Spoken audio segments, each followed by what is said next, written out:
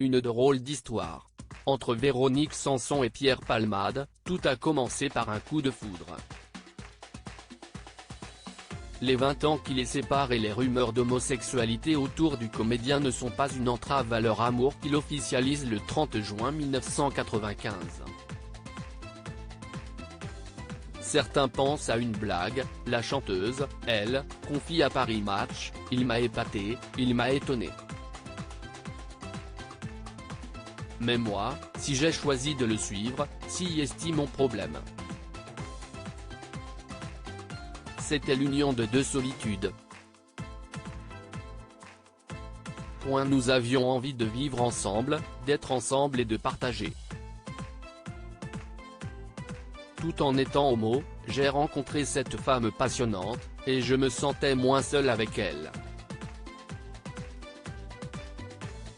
Elle a tout accepté, confiait de son côté l'acteur sur le plateau de La Boîte à secrets, sur France 3, en octobre 2022.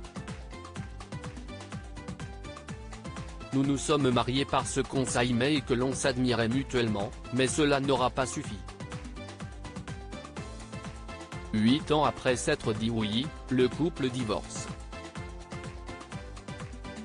Je me suis aperçu que je ne pouvais plus suivre ces soirées qui duraient parfois jusqu'à 2 h du matin, s'est-elle souvenue, évoquant les excès du comédien. Je suis resté de plus en plus à Triel, Pierre à Paris. Et voilà, nous nous sommes séparés.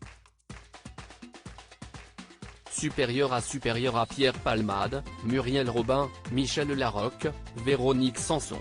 Les femmes de sa vie et Véronique Sanson s'emparent sur sa consommation d'alcool des excès, elle aussi en a connu.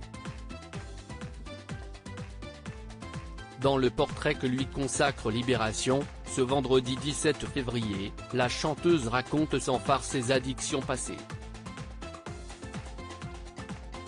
Comme son ex-époux, Véronique Sanson ne les a jamais cachées, préférant en parler librement. Évoquant les rumeurs sur sa supposée consommation de cocaïne, elle se défend, « On a beaucoup exagéré à ce sujet-là, car la coke me fait mal au nez. » Quant à celle sur l'alcool, là, oui, confirme-t-elle. Avant de nuancer, même si ma dépendance n'a pris un tour critique que sur le tard, vers la fin des années 1990. À cette époque, l'interprète du titre amoureuse est mariée avec Pierre Palmade. Plus de 20 ans plus tard, ces mots résonnent avec la triste actualité de l'humoriste. Ce vendredi 10 février, l'ami de Muriel Robin a provoqué un grave accident sur une route de Seine-et-Marne. Testé positif à la cocaïne et aux drogues de substitution alors qu'il était au volant de sa voiture, il fait 3 blessés graves.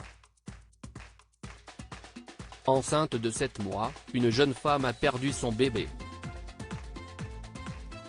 Son beau-frère est en réanimation et son fils de 6 ans risque de garder de graves séquelles.